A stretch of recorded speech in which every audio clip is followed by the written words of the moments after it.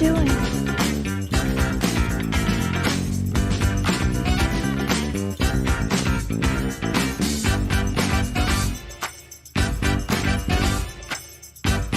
I'm leaving the banner on because it's been so hot.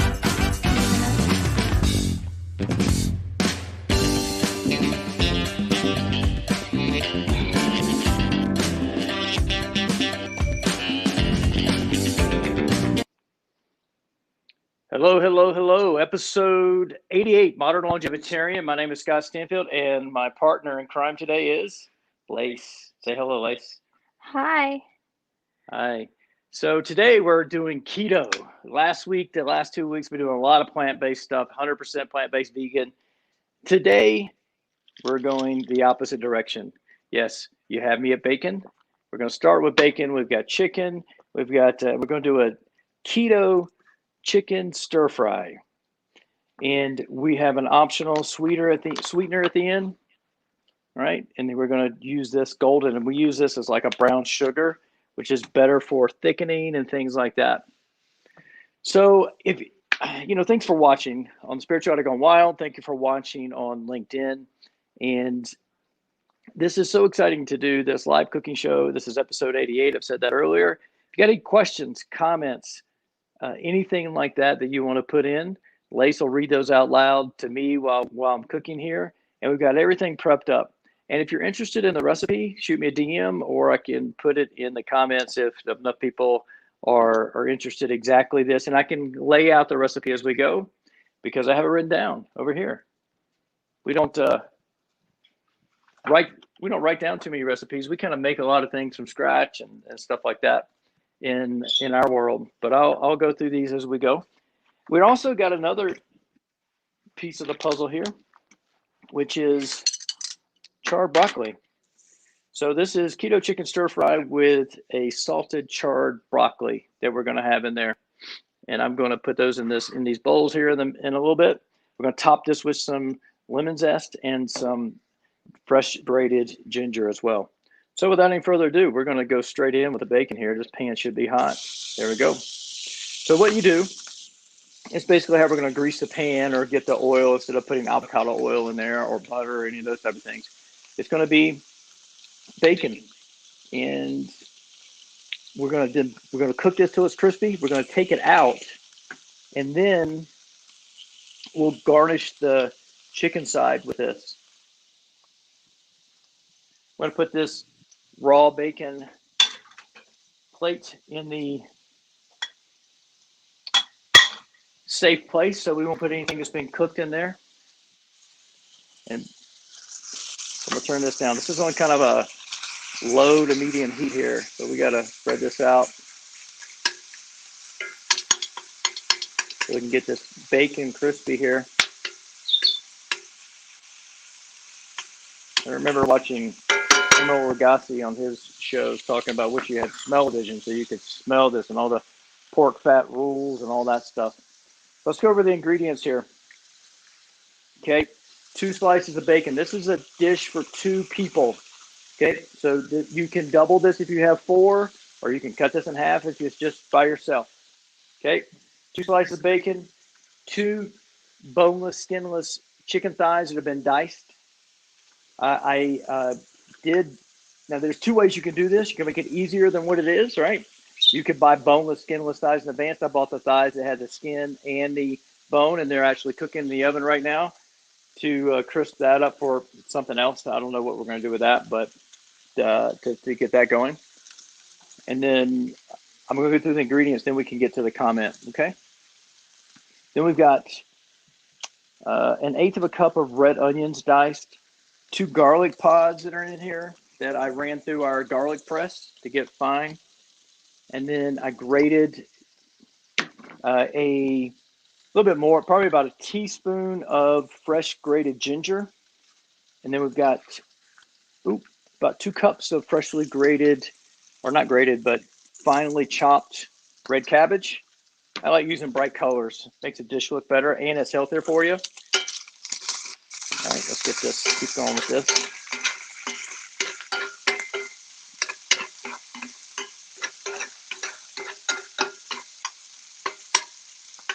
These are crispy bacon. And then the sauce. In here I have pre-mixed quarter cup of organic, gluten-free, full-loaded sodium soy sauce, 2 tablespoons of raw apple cider vinegar, unpasteurized with the mother, mix in there.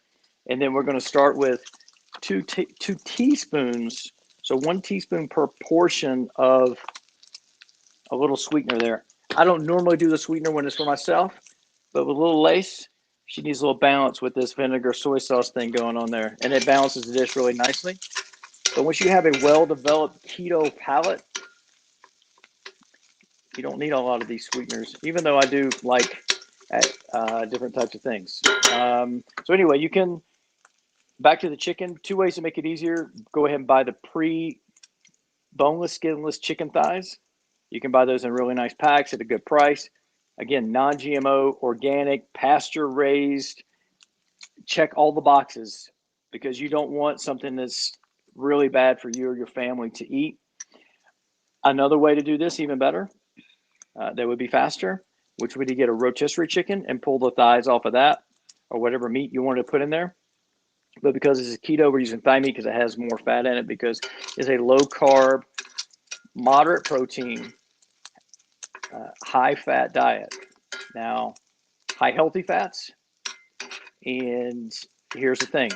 You see that we're rendering this bacon fat here, and so it's getting really, some of them are getting crispy, and we have to make sure we're not burning this stuff here. And then you could use the chicken breast or those type of things, but sometimes people are so sensitive to protein are so sensitive to proteins and glucose, they could take them out of ketosis. And there's 2 things I want to say about this. One is the liver has a process called gluconeogenesis, but a process where it converts excess protein into glucose. So if you're eating, very lean proteins or eating too much protein for you, because it's all individual, whether you want to believe it or not, you're doing your own N=1 experiment. Lace is in the background. What's she doing over there? I think you need to check the oven. Oh, check the oven. We pull that out? Okay, let's pull those out. We're doing multiple things here. We have one comment. Oh, okay. Who we got? From Bennett Carr. He said, just added this to next week's meal planning. Okay, awesome. And then I made the charred broccoli in advance. We can see that in a second. I'll show you that. Well, this bacon's cooking down. All right. And I'm a huge fan of charred broccoli. Let's turn that oven off. We don't need that anymore. Okay, but here's the charred broccoli, if you can see that. All right. And we're going to put this in I'm keeping it warm on top of the oven back here. I know my wife's going to be eating that shortly. We're almost done with this bacon here. So again, we're going to take the bacon bits out, leave the bacon grease, and then we're going to add in these items here, the chicken, the onions, the garlic, and the ginger, and cook those until the chicken's done. It's going to be about 7 minutes, depending on the temperature here. Let me turn the temp up a little bit.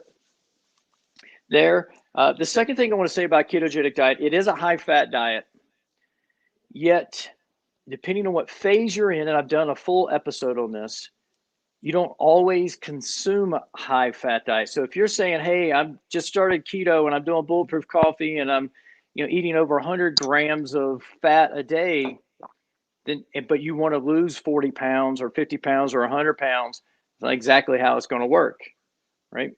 Basically, your carbs and your protein remain static throughout all 4 phases of the ketogenic diet. Your fat intake changes based off your goals. If you want to burn fat from your body, you eat less fat. Okay, that's what most people don't understand. They think that a ketogenic or low carb lifestyle means you always have to eat large amounts of fat. It's untrue. If you want to lose weight, eat less fat, Keep your carbs 25 to, depending where you're at, 25 net carbs, maybe up to 50 net carbs, depending on how long you've been in ketosis. Your protein needs to remain static. It's a moderate protein diet, not a high protein diet. So you do that. For me, my range is between 80 to 120 grams of protein. I'm at 80 or less of most of the time because I'm eating a lot more plant-based, and do this for a longevity standpoint, and am bumping up against the higher side of the carbohydrate piece of the puzzle because I am eating more plants, right? And going for more fiber to have a stronger, healthier gut microbiome. All right, so we rendered down the bacon. We got these little crispy bacon bits for garnish, for Lace and I, right? All right, going to, let's get this chicken in here. This is gonna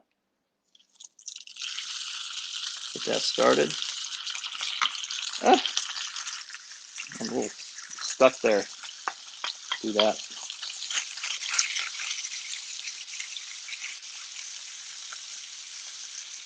Okay.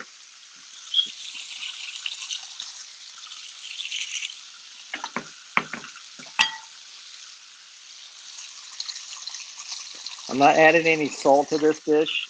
If I would add anything to this, I would be pepper maybe.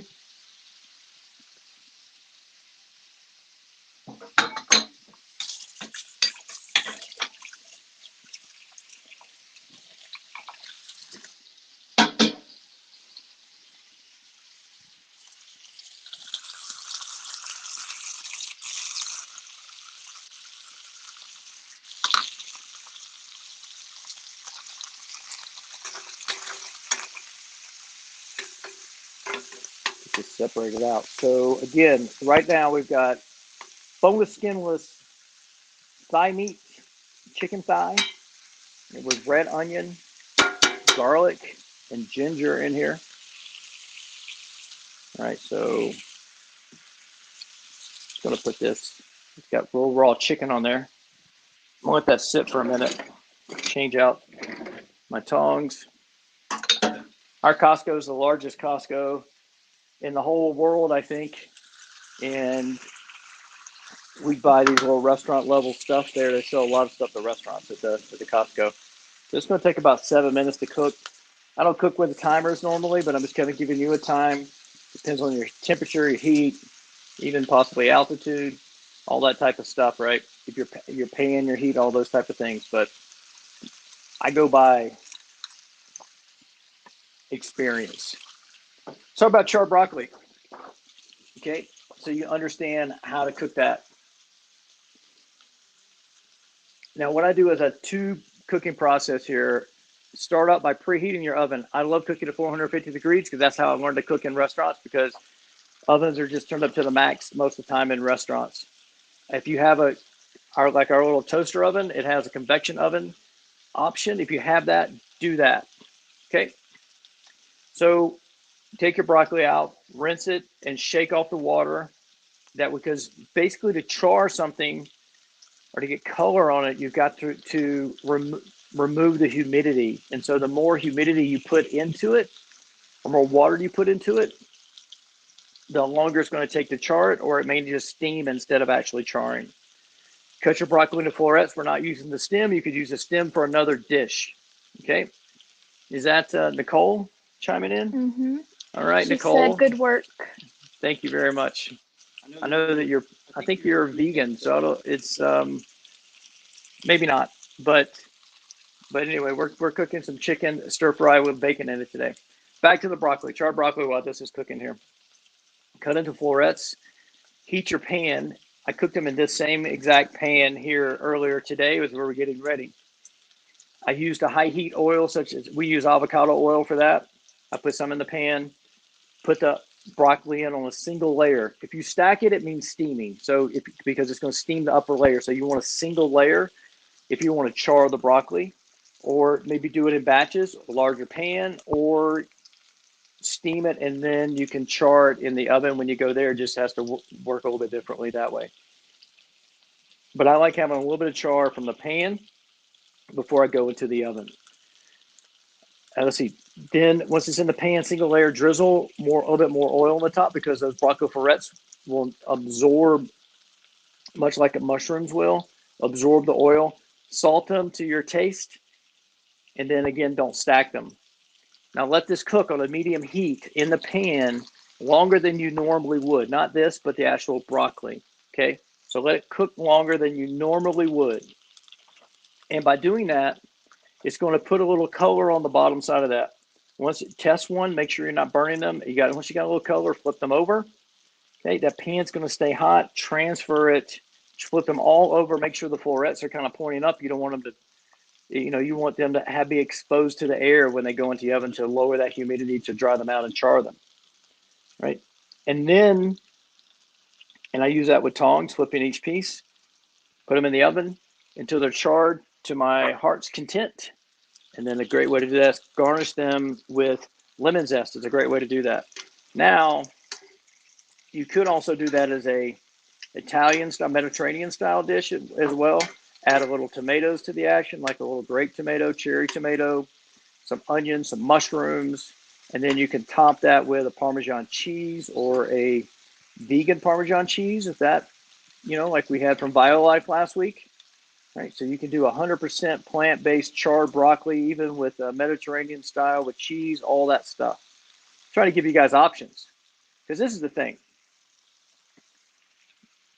People are caught up on the dogma of whether vegan, paleo, keto, low carb,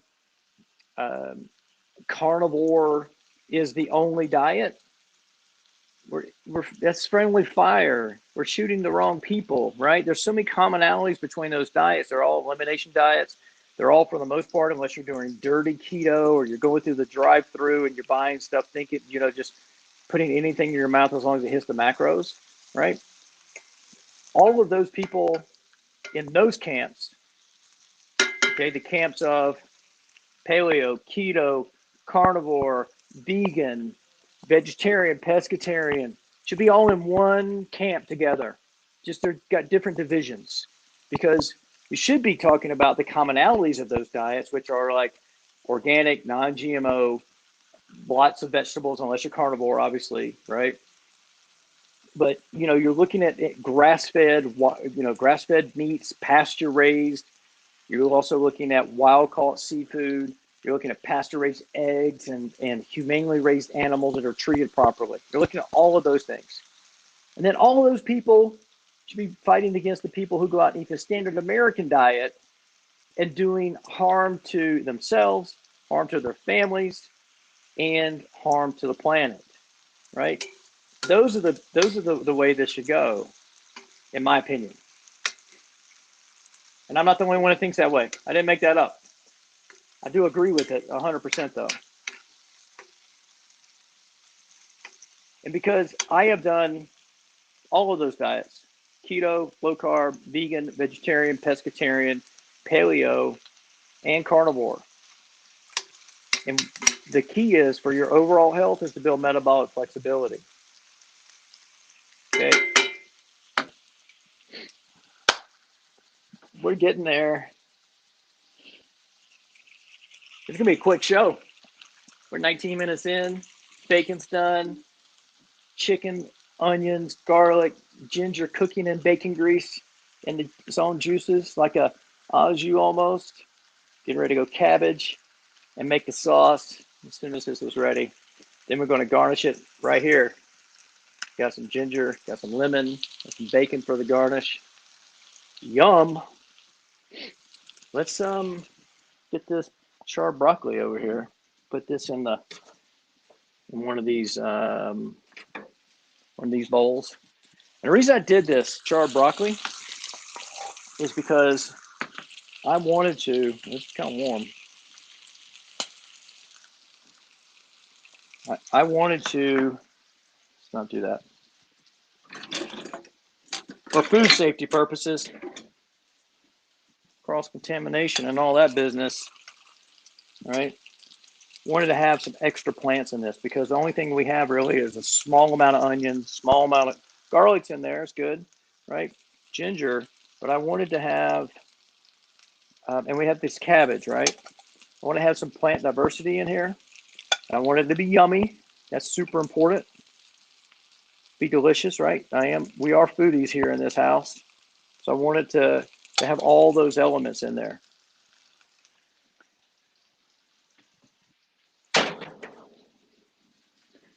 So this is what we did with do this in the oven, 450 degrees. I cooked the skin and the chicken bones, right, to get that, right? So that could be a garnish on there as well, right? I could just garnish it with that, which I may do, actually. That looks really good right there. Put a little garnish on there. Little, like, crispy little chicken skin. All right, this is starting to get there. When we put this sauce in, it's going to deglaze this pan too and get those little crunchy bits of garlic and ginger and onion that are charring on the bottom there and get those off.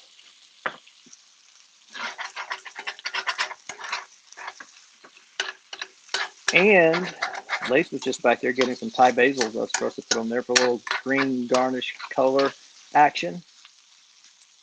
All right, so this is all good to go here. I don't want to waste these pieces here. That's the flavor right there. Right, Lace? Mm-hmm. All right, guys, you got any comments, questions, any of that stuff? Shoot it this way. All right, so we've got, let's see this, we've got half the bowl this way. All right, it's time to add some cabbage in. We'll cook this down. All right, now what I'm going to do, probably might be best if we cover this, but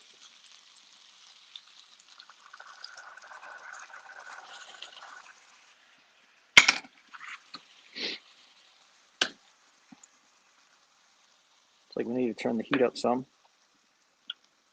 cool the pan down.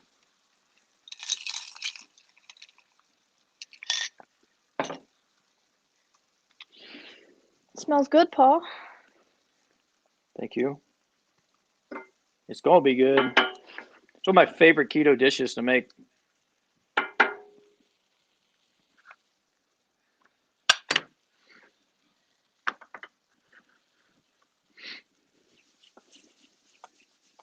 Especially when you throw in the charred broccoli option.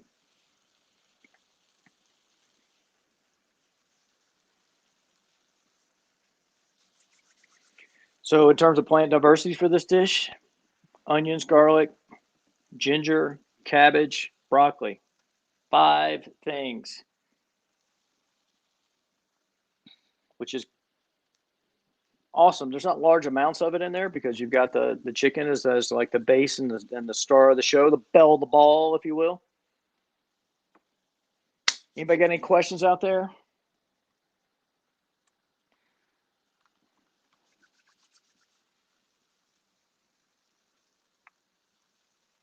Now, if you wanted to, and you didn't have this type of sweetener, and you wanted to add a liquid stevia to it, like so, I would not. I've made this mistake before.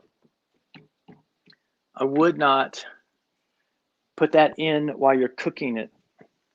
I would drizzle drops on the top of the dish afterwards because when you cook with this, okay, it will actually become very chemically tasting, which is not what you are after here. We want to taste the food, not chemicals. So you got to be careful with doing that. All right. We have a comment from Bennett Carr. He said, could you add bell peppers or mushrooms too? Absolutely. You can add anything to it you want. Yep, like that. Bell peppers, mushrooms. If you want to do plant-based, you think you could, start with an oil, right? Instead of doing the bacon, and then use tofu in place of this chicken in this process. Press I would actually probably freeze the tofu a couple days in advance, thaw it out a day in advance, pull it apart. And then you could, if you're not keto, dust it in some cornstarch, put it in there with the oil and give it a crispy texture. Might move a lot faster than cooking the chicken from scratch.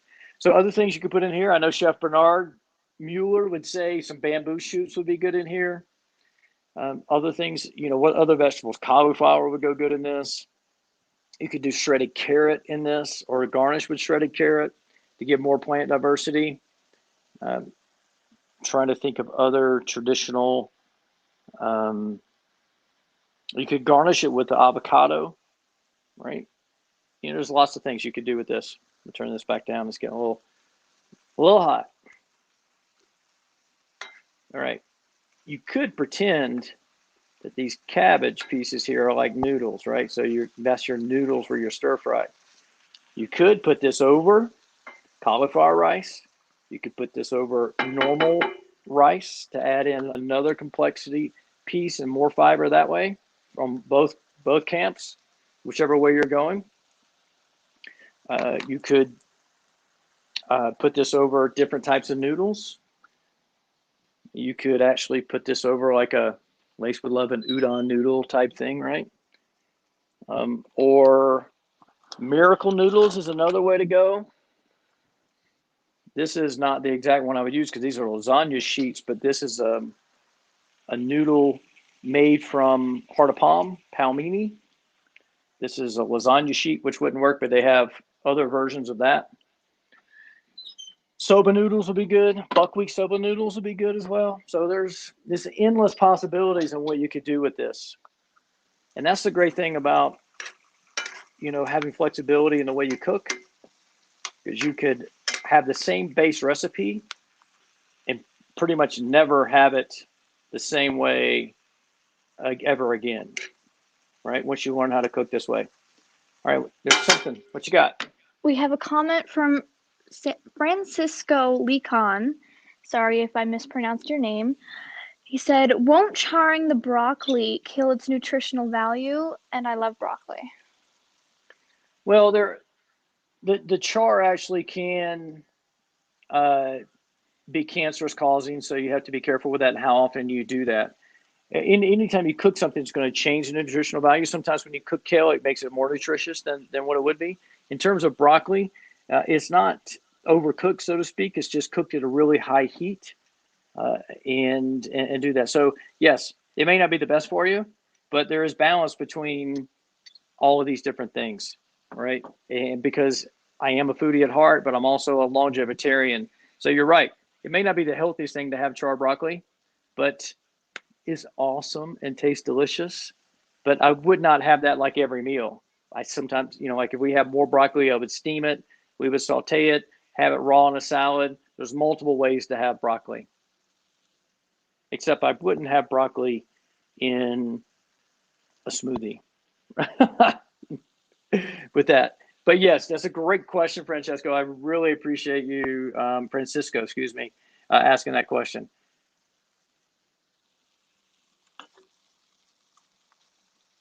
All right, I think we're almost there, Lace. What do you think? It looks delicious. Sauce is thickening up. All right, you need me to sweeten it here? Let's do that. Let's put a little sweetener here. We're going to now basically 1 teaspoon per person to balance out the acid and the salt in the soy sauce. Okay, so we're just going to sprinkle this.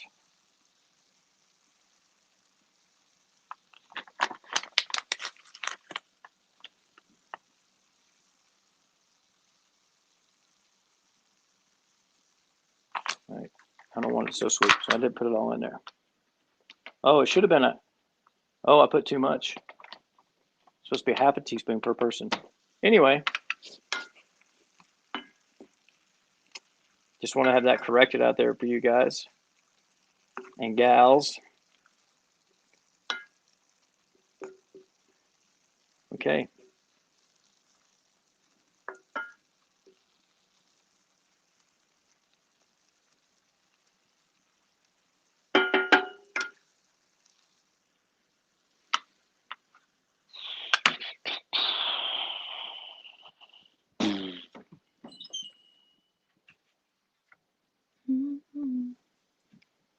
But I bet we're going to love this dish anyway.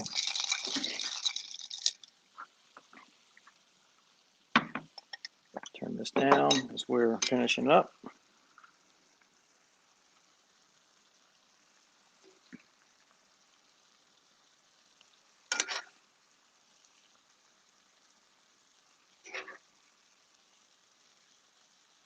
So if you were doing just a stir fry,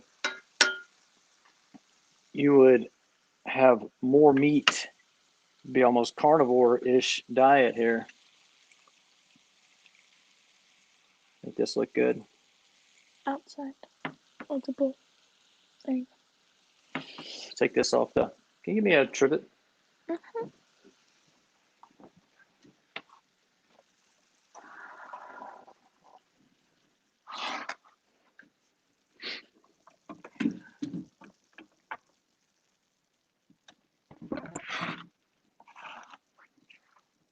We'll put this over here. Get it off the heat. Finish the dish.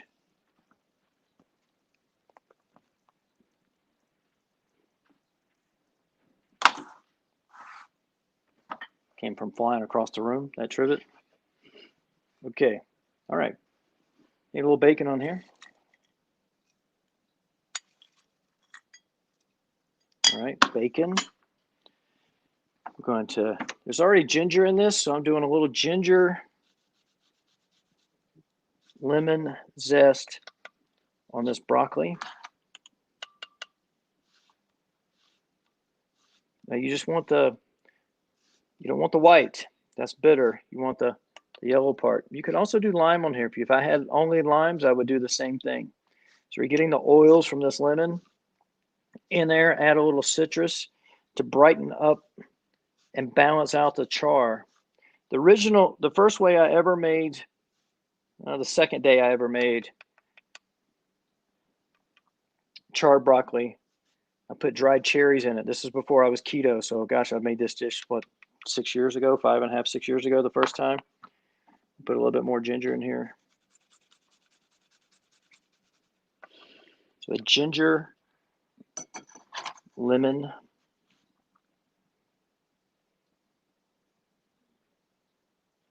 zest on top of the charred broccoli. So here we go. One dish. We have one more comment from John Jensen. He said, interesting. I have never thought of charring broccoli, but I may try it for something different. I usually lightly steam it. Great show, Scott. I am definitely ready for lunch. Awesome. So let me show you this dish here, right? This is the finished dish, right? Charred broccoli with ginger, grated ginger and lemon zest on top with a bacon stir-fried sweet and sour. Lacey's drinking her green tea Monte over there. We're all Asian today, right? That was that noise. Anyway, bacon, sweet and sour stir-fry that has raw apple cider vinegar in there, soy sauce. You've gotten so many different things. You've got all these different things: garlic, onions, ginger, bacon, chicken, cabbage, lots of colors, lots of action going on with that. And then you need some chopsticks. We need chopsticks to try this. And then I actually stumbled onto charred broccoli by accident. I'll tell you the story, and then we'll wrap it up. You going for bacon first?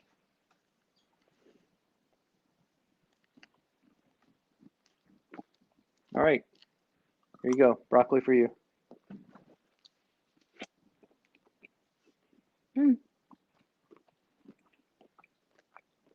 That's delicious. It's nice when a 13-year-old tells you broccoli's good, huh? All right. You get the first bite.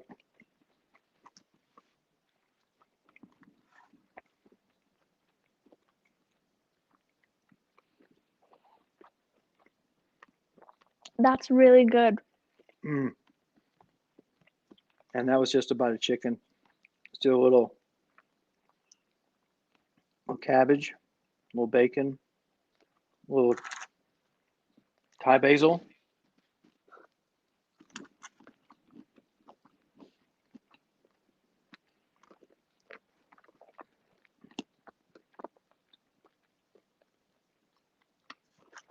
The basil has a nice touch.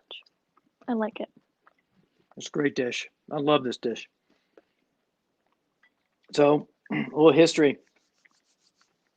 As I'll tell you how I stumbled on charred broccoli.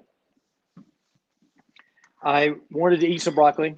I was working at the Roost Chris Steakhouse, and I wanted to cook some broccoli really fast.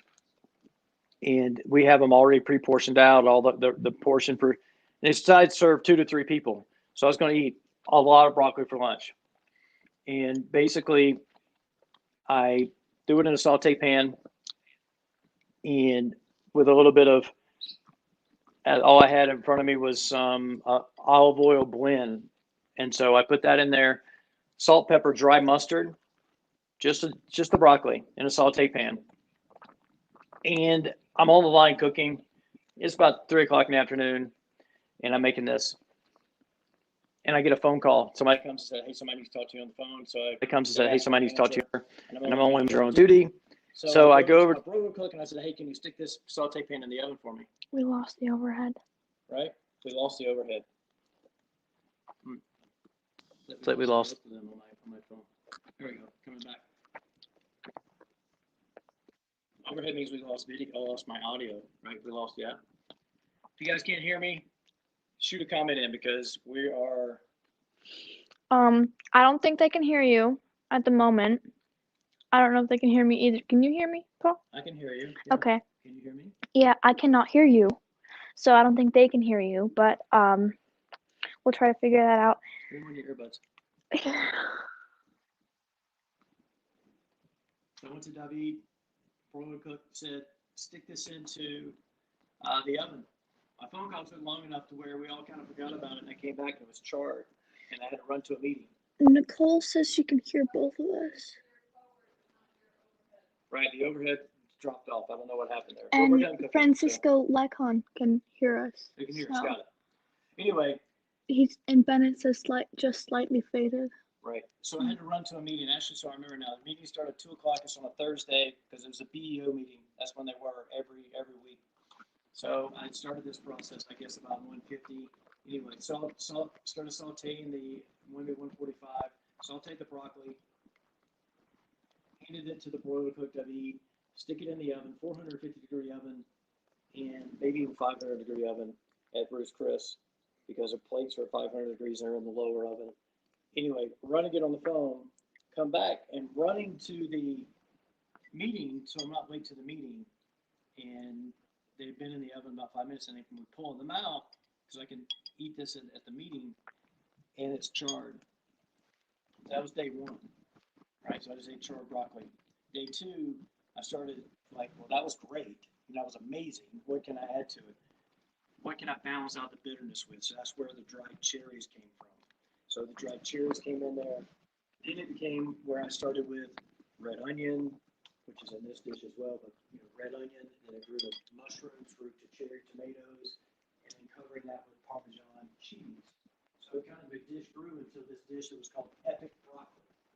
And I would, if some of the staff found out I was cooking the epic broccoli, they said, "Can you make me some too?" So I would end up making these big batches of epic broccoli for 2 or 3 of us to share.